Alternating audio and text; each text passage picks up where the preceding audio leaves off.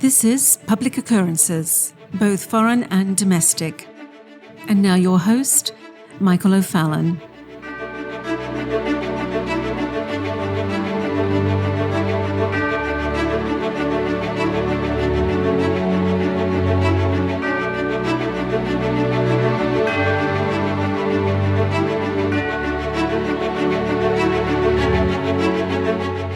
Well, if you haven't noticed yet, or if you are new to this podcast, the warnings of what was coming are now our present crisis.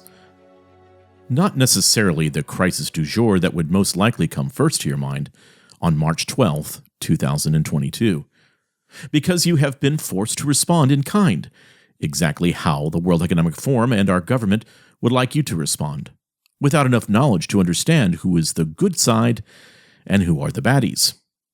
And part of the problem here is that most everyone is bad in some way in the current military conflict in the Ukraine. Now, by that, I do not mean that people that are caught in the middle of this horrific insanity. No, I don't mean that.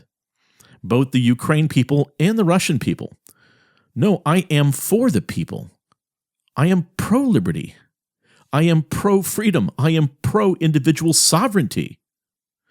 And that's unfortunately something that both sides apparently do not really care about. But here is the thing, as Tucker Carlson brilliantly stated this past Friday night on his show, the important part for the powers that be, and as well for Russia, is to ensure that no one knows what's going on in a truthful fashion, because we are in a hyper-reality age of complete reflexivity with one fertile fallacy after the other that demands your constant attention. And just as every problem that the Biden administration in the past that they had faced was blamed on COVID, and actually everything that they have done to disrupt and dismantle this current country has been blamed on COVID. You know, the supply chain issues, the lack of people fulfilling jobs, the steady inflation. Well, all of that was blamed on COVID. Well, now, everything is going to be shifted and blamed on Russia, even with Facebook reversing its policy on not allowing hate speech and threats of violence on Facebook. Now, Facebook says that they will allow threats against Russia and violence against Russians. And as these distractions are going on, you are, yes, being distracted. Your nation is being deconstructed around you. But I did come across an excellent article the other day by John Whitehead and Nisha Whitehead. I could be mispronouncing her name, by the way, that I wanted to share with you.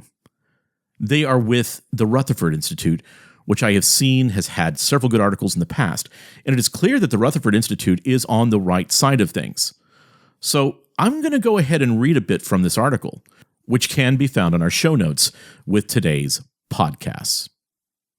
Quote, barely 3 years into the 2020s, and we seem to be living out the prophecies of the book of Revelation with its dire warnings about plague, poverty, hatred, and war. Just as the government hysteria over COVID-19 pandemic appears to be dying down, new threats have arisen to occupy our attention and fuel our fears. Food shortages, spiking inflation, rocketing gas prices, and a Ukraine-Russia conflict that threatens to bring about a world war. Is this the end of the world as we know it? Or is it the beginning of the end of the world? Will the world end with a bang, or will it end, as T.S. Eliot concludes, with a whimper? Robert Frost, torn between a vision of the world ending in fire, the hot flame of violence, anger, and greed, or ice, the cold burn of hatred. Well, he suggests that either would suffice to do the job. And then there's the Polish-American poet Czesław Miłowicz, who envisioned the day the world ends as a day like any other. Quote, those who expected lightning and thunder are disappointed, and those who expected signs and archangels' trumps do not believe it is happening now. As long as the sun and the moon are above, As long as the bumblebee visits a rose, as long as rosy infants are born, no one believes it is happening now. There will be no other end of the world, end quote. In Milo's words can be found a distant echo of a warning issued by Bertram Gross in his book, Friendly Fascism, The New Face of Power in America. And he says, quote, anyone looking for black shirts, mass parties, or men on horseback will miss the telltale clues of creeping fascism.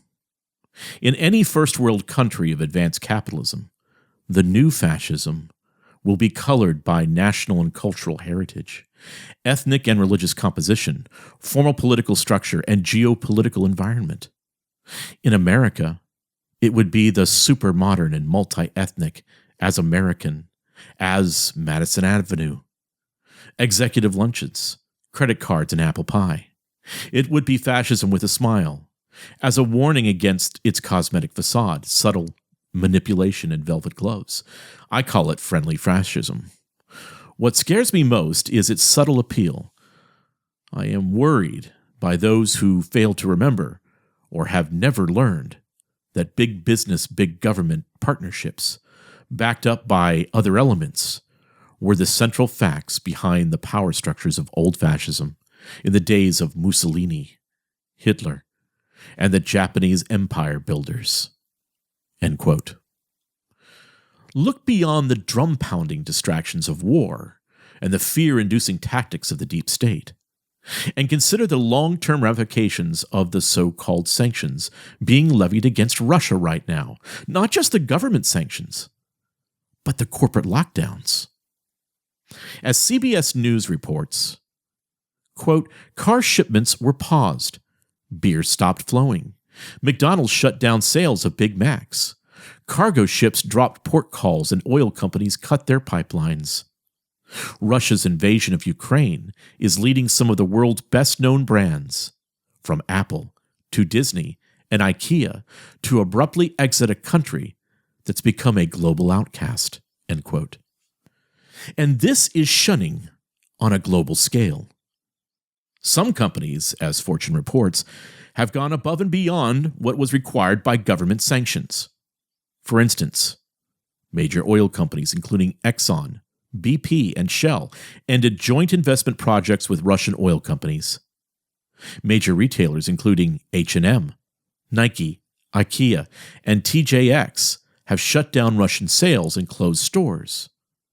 Visa, MasterCard, and American Express shut down global services in Russia. Boeing cut off support for Russian airlines and closed its offices in Moscow, while Delta ended its Russian code-sharing arrangement. FedEx and UPS shut services to Russia. Apple, Alphabet, Meta, and Microsoft have all taken significant action to combat Russian aggression and disinformation, end quote. You basically have Russia becoming a commercial pariah, confirmed economist Mary Lovely. Quote, pretty much no company, no multinational wants to be caught on the wrong side of U.S. and Western sanctions, end quote. Russia's military aggression has paved the way for a show of force by a punitive big business, big government power alliance that, until recently, had been exerting itself on a smaller scale to sanction individuals whose behavior was deemed to be hateful, discriminatory, conspiratorial, or anti-government. There's no going back from here. This may well be the end of the world as we know it. This particular apocalypse is the fallout from a silent coup that has given the corporate state a taste for punitive power and an understanding of the ease which it can use that power to manipulate, control, and direct the world governments. For good or bad, it will change the way we navigate the world, redrawing the boundaries of our world and our freedoms, and altering the playing field faster than we can keep up. The New World Order, a global world order, made up of international government agencies and corporations, owes its existence in large part to the U.S. government's deep-seated and, in many cases, top-secret alliances with foreign nations and global corporations. This powerful international cabal, let's call it the global deep state, is just as real as the corporatized, militarized, industrialized American deep state, and it poses just as great a threat to our rights as individuals under the U.S. Constitution, if not greater. We've been inching closer to this global world order for the past several decades, but COVID-19, which saw government and corporate interests become even more closely intertwined, shifted this transformation into high gear. Now, in the face of Russia's aggression, fascism is about to become a global menace. Given all that we know about the U.S. government, that it treats its citizens like faceless statistics and economic units to be bought, sold, bartered, traded, and tracked, that it repeatedly lies, cheats, steals, spies, kills, maims, enslaves, breaks the laws, overreaches its authority, and abuses its power at almost every turn, and that it wages wars for profits, jails its own people for profit, and has no qualms about spreading its reign of terror abroad, it is not a stretch to suggest that the government has been overtaken by a power elite that do not have our best interests at heart. Indeed, to anyone who's been paying attention to the goings-on in the world, it is increasingly obvious that we're already under a new world order, and it is just being brought to you by the global industrial deep state. It remains unclear whether the American deep state, a national security apparatus that holds sway even over the elected leaders notionally in charge of it, answers to the global deep state, or whether the global deep state merely empowers the American deep state. However, there is no denying the extent to which they are intricately and symbiotically enmeshed and interlocked. Consider the extent to which our lives and liberties are impacted by this international convergence of governmental and profit-driven corporate interests in the surveillance state, the military-industrial complex, the private prison industry, the intelligence sector, the security sector, the technology sector, the telecommunications sector, the transportation sector, the pharmaceutical industry, and most recently, by this pharmaceutical health sector. All of these sectors are dominated by mega corporations operating on a global scale and working through government channels to increase their profit margins. The profit-driven industries of these global corporate giants influence everything from legislative policies to economics to environmental issues to medical care. On almost every front, whether it's the war on drugs or the sale of weapons or regulating immigration or establishing prisons or advancing technology or fighting a pandemic, if there is a profit to be made and power to be amassed, you can bet that the government and its global partners have already struck a deal that puts the American people on the losing end of the bargain.